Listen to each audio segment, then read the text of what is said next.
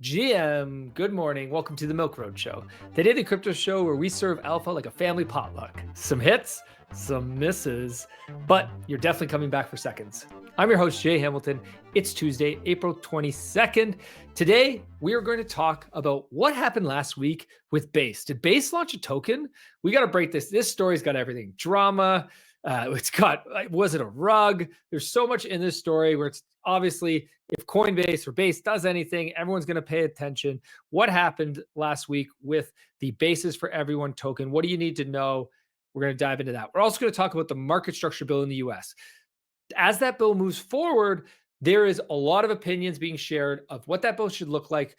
Should it be connected to the stablecoin bill or should they be separate? And then as they go through Congress and through the House, we're going to break down exactly what's happening there because all of this is going to impact markets in a big way and impact specific tokens in a big way, depending upon how this legislation is laid out. Also, tokenized treasuries just keep on growing, and we can't not talk about that. To break this all down, we are joined today by Laura Shin, prominent journalist, author, fellow podcaster, really one of the most respected voices in crypto, host of the Onchain podcast. We're going to break it all down. Before we jump in and hear from Laura, mark your calendar, folks, because this Wednesday, tomorrow, we are going live with Adam Beck. Yes, that's the Adam Beck, one of the OG Bitcoin developers, currently co-founder and CEO of Blockstream.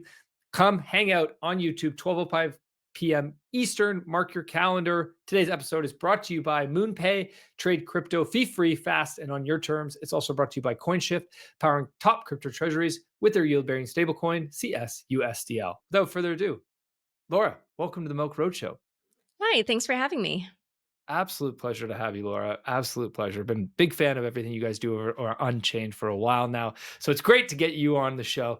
Okay, let's start with Base. This was a fiasco that kind of happened last week. Let me give a little bit of backstory, and then we can jump in and get your thoughts as well. So last week, what happened was last Wednesday, Base posted this. If you guys are watching, you can see this image. Bases for Everyone. Posted this on X, and then quickly after, like I think within an hour after, they coined it, which means that basically they tokenized this post over on Zora, and you could collect this post and you could speculate on this post because now it's a token. And pretty quickly, this token went from zero market cap up to over 20 million, and it is now settled back down around 6 million. And there was all this speculation of, is this Base launching a token? Base famously does not have a token. So there's lots of speculation. Is this them launching a token, or did they just rug us because this was not them launching a token? So crypto world went crazy, and you guys had Jesse on your show. Before we jump into Jesse's thoughts, Laura, you sitting back watching this, what were you thinking when everything unfolded here? So, honestly, I was thinking that we're seeing kind of like a dichotomy in how these types of coins are being launched. And I was thinking that like the reason that there was this pushback is because this looked like a meme coin, but they were claiming it was called something else, a content coin. But the other difference is that meme coins definitely felt more like, fair launch, like grassroots, kind of like a community thing, not a VC type play. And that is very much in the ethos of crypto, which is supposed to be decentralization. However, this is coming more top down. So it feels less organic. It feels more centralized. And everybody knows, of course, Base is associated with Coinbase, and Coinbase is the largest crypto. Well, actually, I would have to think about this, but it's like at least one of the largest. It's We're the only one of the publicly largest. Yeah. listed crypto companies in the US. And so when you see, I mean, this is why Base itself has a lot of criticism, right? Like people say, shoot, I think it was Kyle Samani called it like, the company chain, or I forget, or the corporate chain, or whatever. And actually, I think Lily Liu of the Solana Foundation also calls it very similar things. That was actually on our show. She stirred up a firestorm with those comments. But the point is, like, when you have somebody who works at this giant crypto company that's definitely a centralized company, and they're kind of pushing this. And then on top of that, when you have this activity where, Coinbase, because of who they are held to a higher standard than most crypto companies and individuals.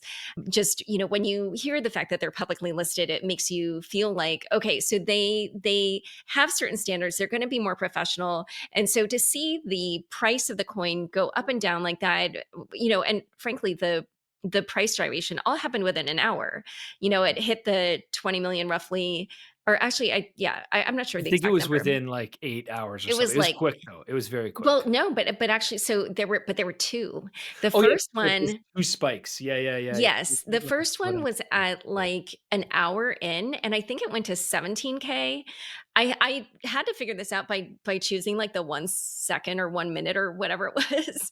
And I think it went to, yeah, 17, uh, sorry, not 17K. What am I saying? 17 million Yeah. initially. And then it went down to like less than 2 million. And then it went up again. But the point is, like, it created all these suspicions. And I feel like it's what I was saying before.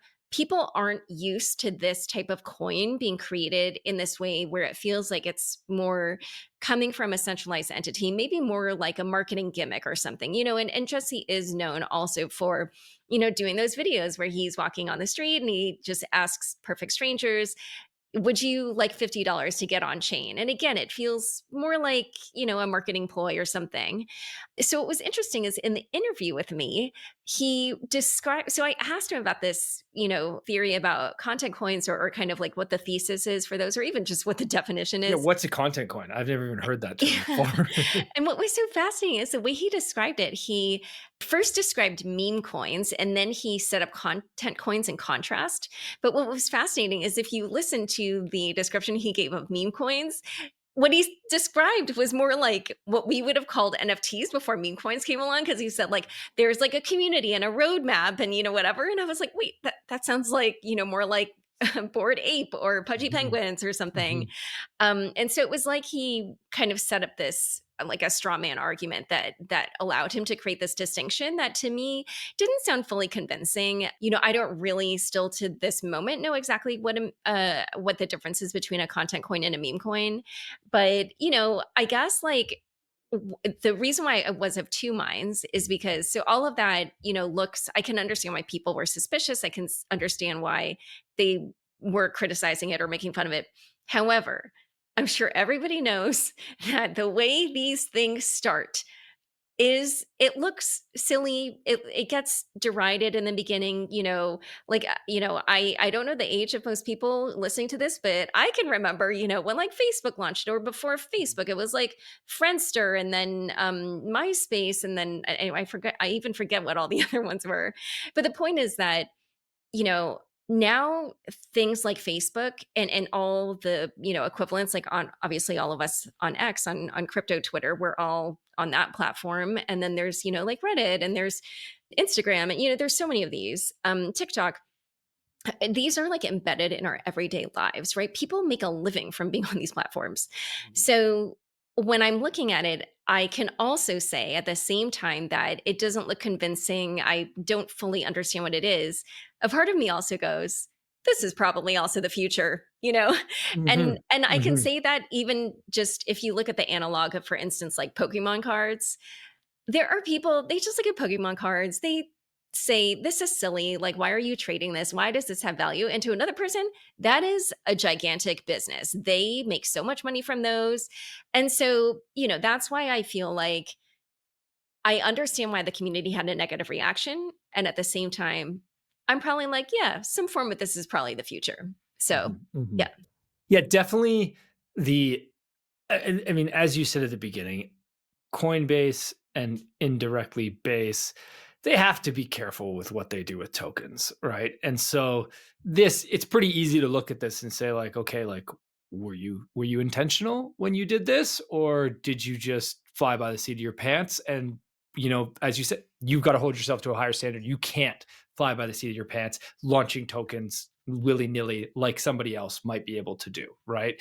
Because obviously, I mean, I'm sure you feel the same way. How many times has like some collectible come out of Coinbase and everyone's like, oh, go collect this because if there's ever an airdrop, we're all going to get access to the base token, right? So everybody's waiting for that, which look, partly base needs to take some responsibility and be careful what they do, but also partly like if you're an investor and you're investing on this stuff, like you got to know you're gambling, right? And so like it feels a bit, you can't blame everybody else, right? Like don't sit there and point the finger. Like there's a free market. You made your own decisions, right? Maybe you thought this was a Coinbase token or whatever. And look, yeah, it ran up and it ran down. That's what happens with the whole crypto casino that's ongoing every day, right? Yeah, So yeah, but there is one other aspect of this I forgot to mention, which is the other reason there was so much confusion is that after there was this outcry, then Coinbase released a statement saying that it wasn't intentional because just when you put something on Zora, it automatically creates one of these content coins. So it seemed like they were sort of like distancing themselves and disavowing it. But then Jesse had to be like, no, no, no, I knew that by putting it on there, it was going to create a coin.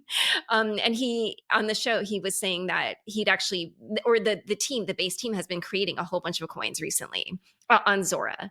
So yeah, it was kind of this like weird thing where it was like Coinbase seemed to be being like, oh, we didn't mean to do that. And then just being like, no, no, no, we did mean to do that. So that's another reason why, yeah, it's there was interesting confusion. because in some ways I respect like the way they're experimenting and moving really fast, right? Like that's great in some ways. When it comes to people losing money and speculating on it, it's not so great. But for a big organization like Coinbase to sort of say, hey, yeah, go ahead, experiment, move quick, let's try different things. Because look, whether content coin becomes a term or not, I don't know, right? Like just call them meme coins, they're all the same thing in the end, right? You're just speculating on attention on a different platform.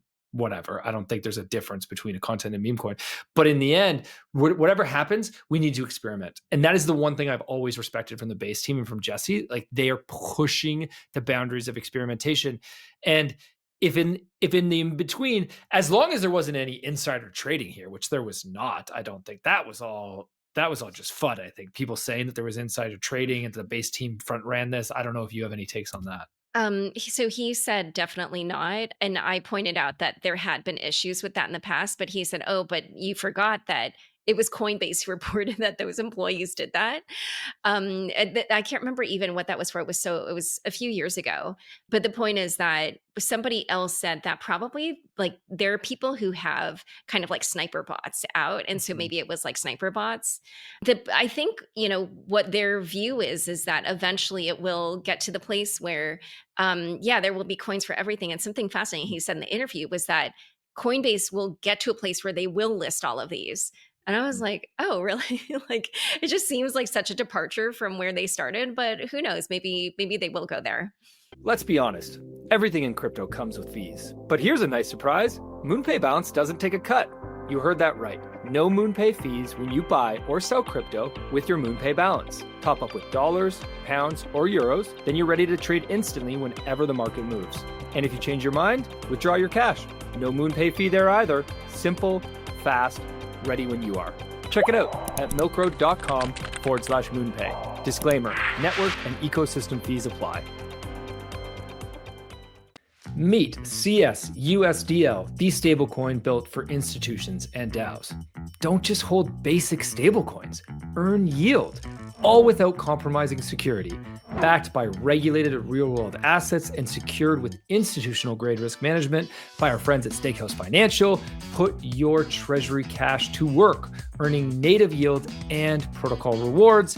Built by the team behind Coinshift, which is trusted to manage over 1 billion in business treasuries on chain, including Aave, Gitcoin, and hundreds of leading institutions. CYCS USDL is gaining traction at milkroad.com/Coinshift. Yeah, I think the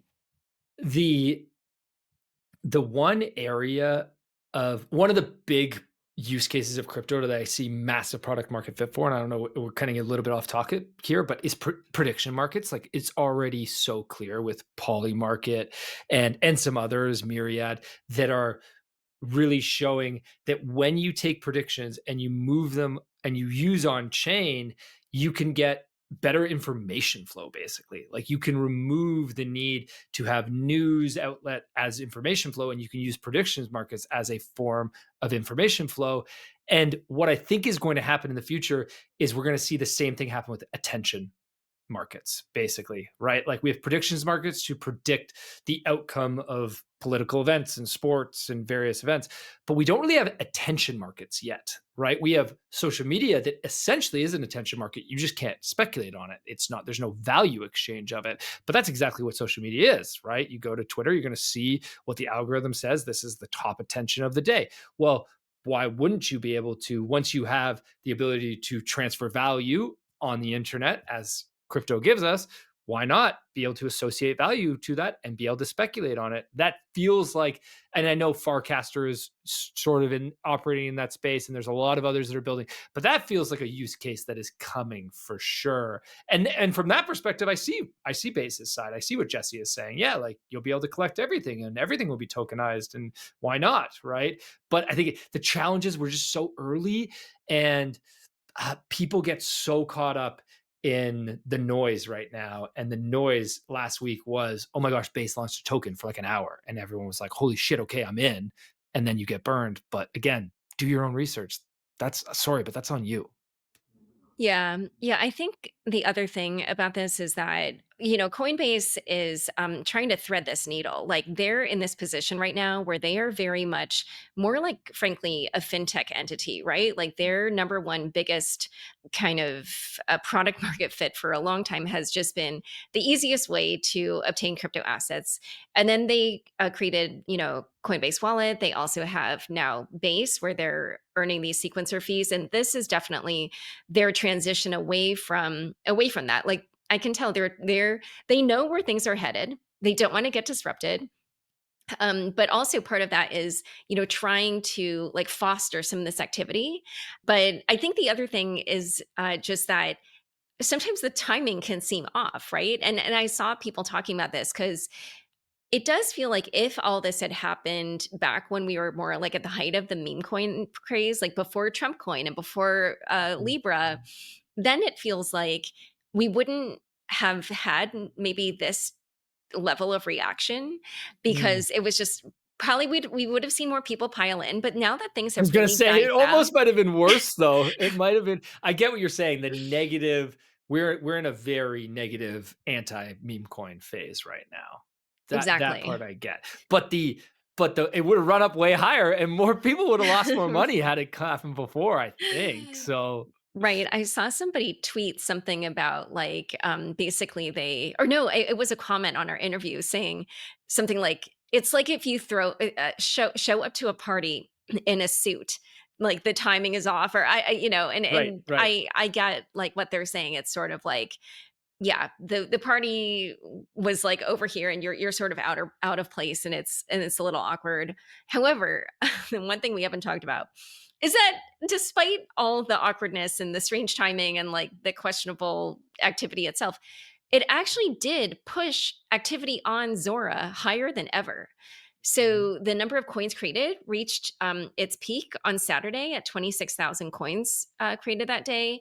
And then DEX trading and content coins hit almost 300,000 in a single day, which again was like a peak. So it's just fascinating that it basically worked. The other thing, which I don't know if you want to say this, Oh, but you gotta say it. I know what Friday, you're gonna say. You gotta say it. well, so the day that my interview came out, so I interviewed him the day before we released on Friday. But then that was the day when then they were embroiled in this other controversy saying base is for, can you fill in the two words? No, you tell me. It was the basis for pimping and can you fill in the other word? No, I don't know. I Oh don't my know. god. They tweeted those images and the two were bases for pimping. I can't believe I have to say this. And the other one was basis for squirting. And like everybody was Oh like, my "Oh my god. god, this is so bad. What are you guys doing?" And then all these people were upset especially like women in particular were like, "Wait, Mhm. why are you saying this is for pimping?" Like they were just like, "What?" So again, it just feels like off brand for Coinbase. There's something very strange about it, but it also feels like they're trying to, 'cause, Pump.Fun, obviously, there was like so much crazy stuff going on there.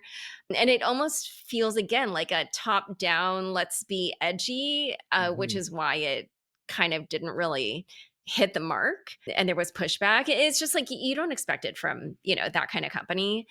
But again, it appears to have worked, and it's not even just the Zora activity, but and I don't know about the timing of this. This is just crazy to me, but here we're recording Monday, and Zora announced that they are doing an airdrop in a few days. And so Yes. initially everybody was like, "Oh my god, all the stuff last week was just a marketing gimmick."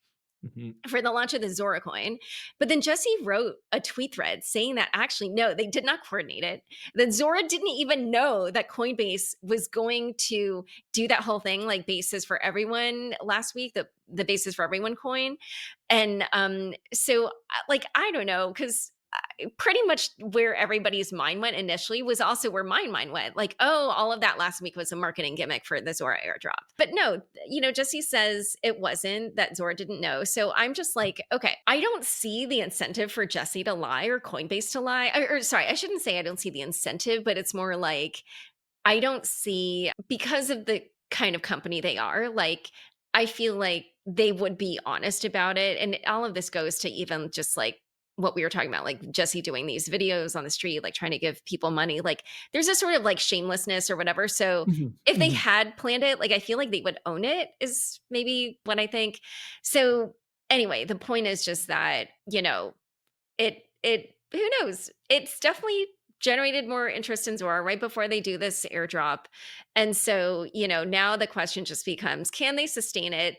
Given the history of how these things have worked out for like 90% of the chains that have done airdrops, I'm a little bit like mostly, and this is nothing against Zora. Like I just downloaded the app before this interview. I was like, oh, I should Mm. try to use this before we chat, but I didn't get to And I like guess, do and anything. Zora, for those who don't know, Zora is basically what I was just describing, right? Zora is the on-chain social network. Like it's a social network where every post is a coin, and you can collect and you can speculate on any post. Like that is basically what Zora is. And they're really the leader, and they're built on Base. And so you can see the Base. There's the Zora Base connection.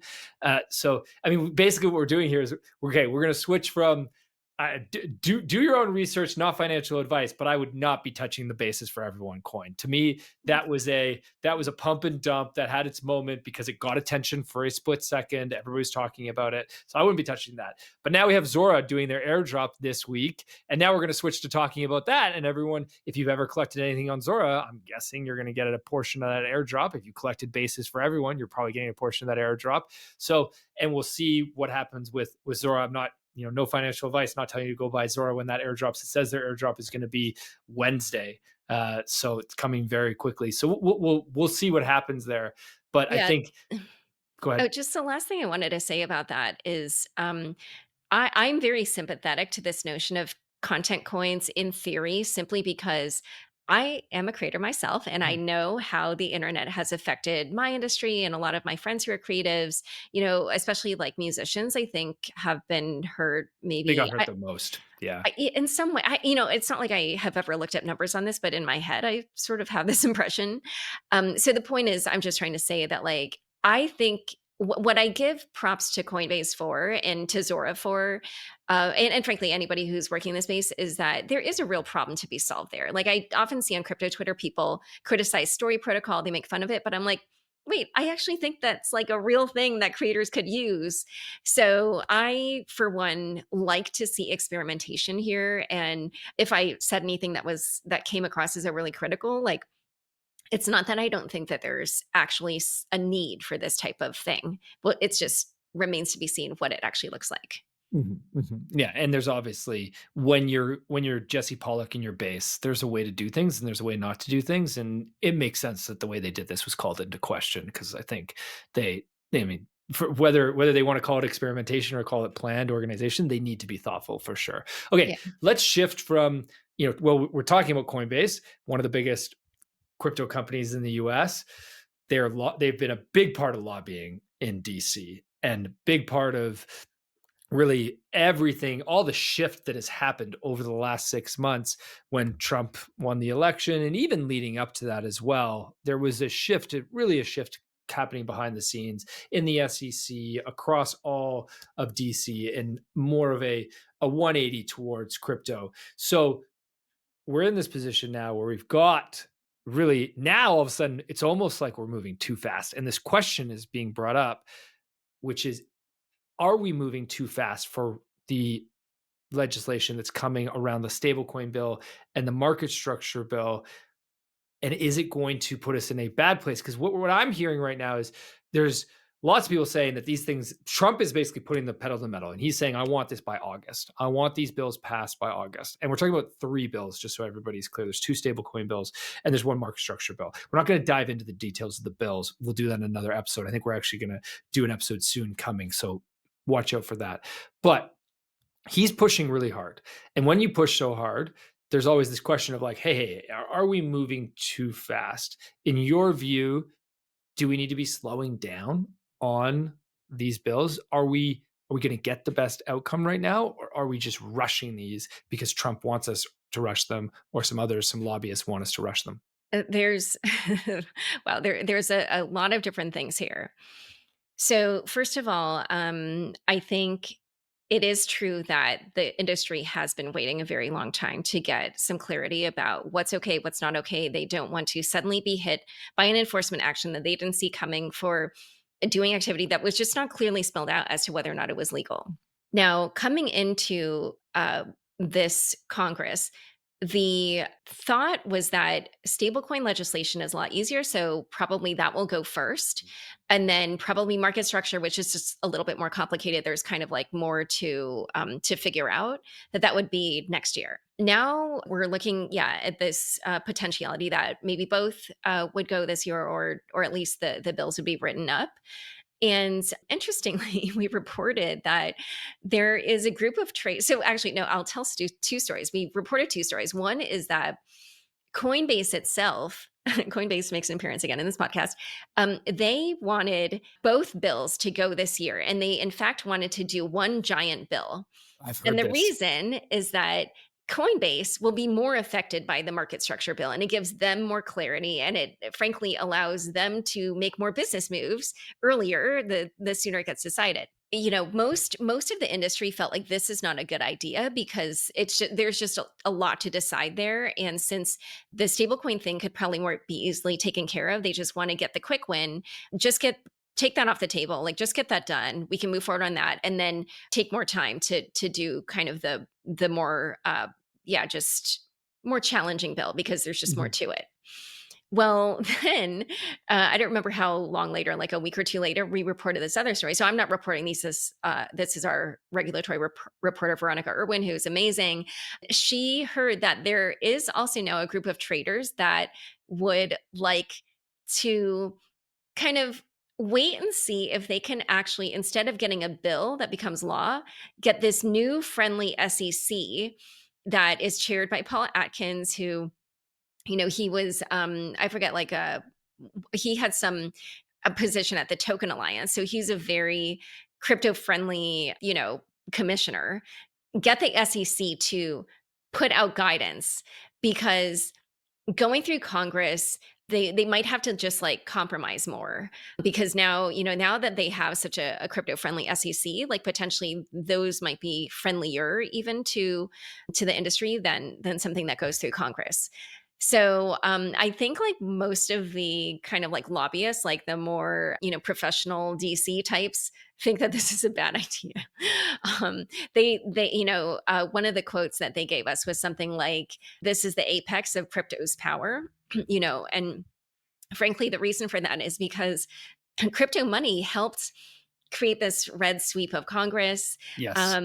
Trump for sure knows that there's a lot of money that he's been receiving. Like even just the day we're recording, I think it was the New York Times reported the donations he received for his inauguration.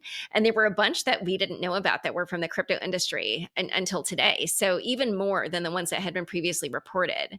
So, I think like the kind of lobbyists, the crypto lobbyists who are very familiar with DC, they're like, no, no, no, no, you don't want to push it Like now is our because time, basically. yeah, like We have all their attention. We gave all of our money. Like they're going to listen to us now. And also, we have a favorable administration, which we don't know if we'll have that again.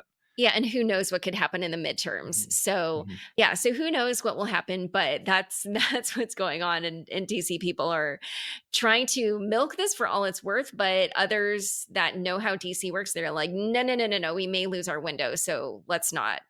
So, we'll see what happens. Mhm, mhm. Yeah, it feels like the things that feel obvious to me is it doesn't feel like we should put the bills together. Like let's keep stablecoin and market structure bills separate because as you said, the stablecoin bill can move quickly. Let's get that done, let's get that through, and then let's go on to the market structure bill or have them in tandem, but definitely the market structure bill is going to have a lot more back and forth. I don't think it's going to be as smooth to get through. So, like, why would you hold if you try to do them together? It feels like you'd hold them both up, and they would both take longer. I Yeah, think you the run the risk that the stablecoin thing would just get lost. Mhm, mhm. On the stablecoin side, I was gonna plug our episode from Saturday quickly. We were talking about how there's talk that they might not allow yield-bearing stablecoin in the first version of the stablecoin bill, Yeah. which not a massive surprise necessarily when you consider that two of the biggest stablecoins in the world that have the most power, that are probably putting the most lobbying dollars towards this, Circle and Tether, they're not yield bearing stablecoins. You can kind of say that Circle is a yield bearing stablecoin because if you hold it in Coinbase, there is ways to get yield on it, but it's not true yield. It's like marketing dollars. So, anyways, you guys can go back and listen to that episode if you want to know our takes because we talk about some decentralized stablecoins and if if the stablecoin bill does not allow yield bearing stablecoins, what does it mean for Athena and Maker or Sky and the decentralized stablecoins that do offer yield? So interesting. Go back and listen to that.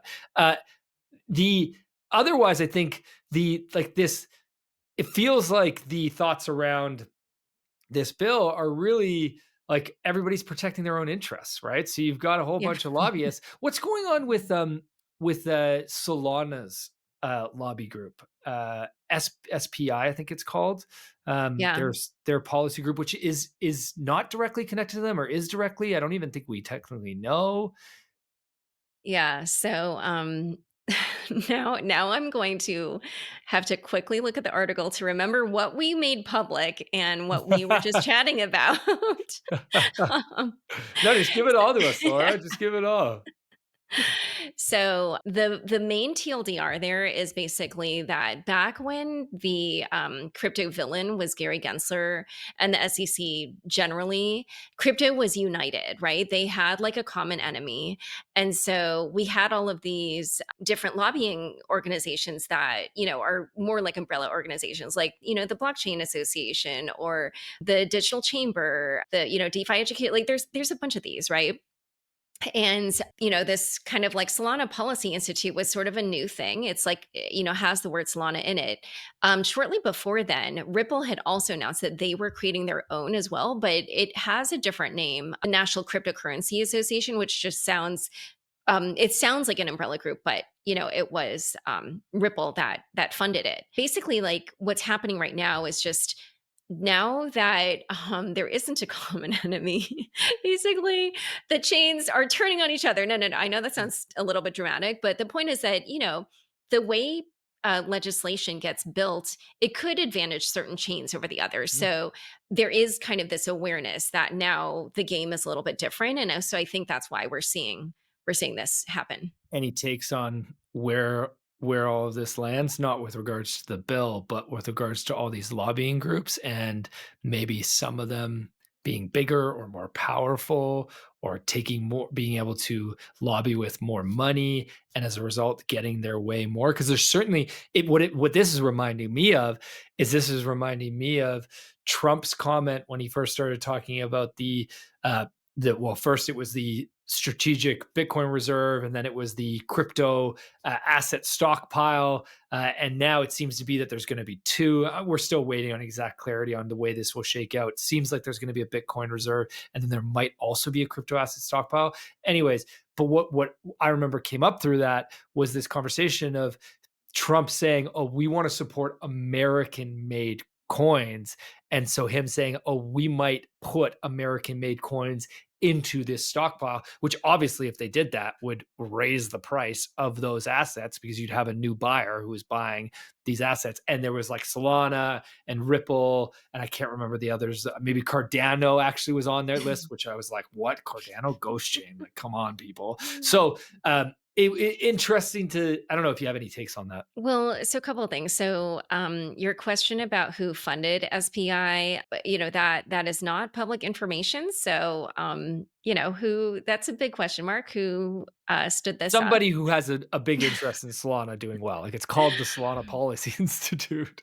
Yes, and they got some heavy hitters, Miller Whitehouse Levine, who's the head of that. He's from the DeFi Education Fund.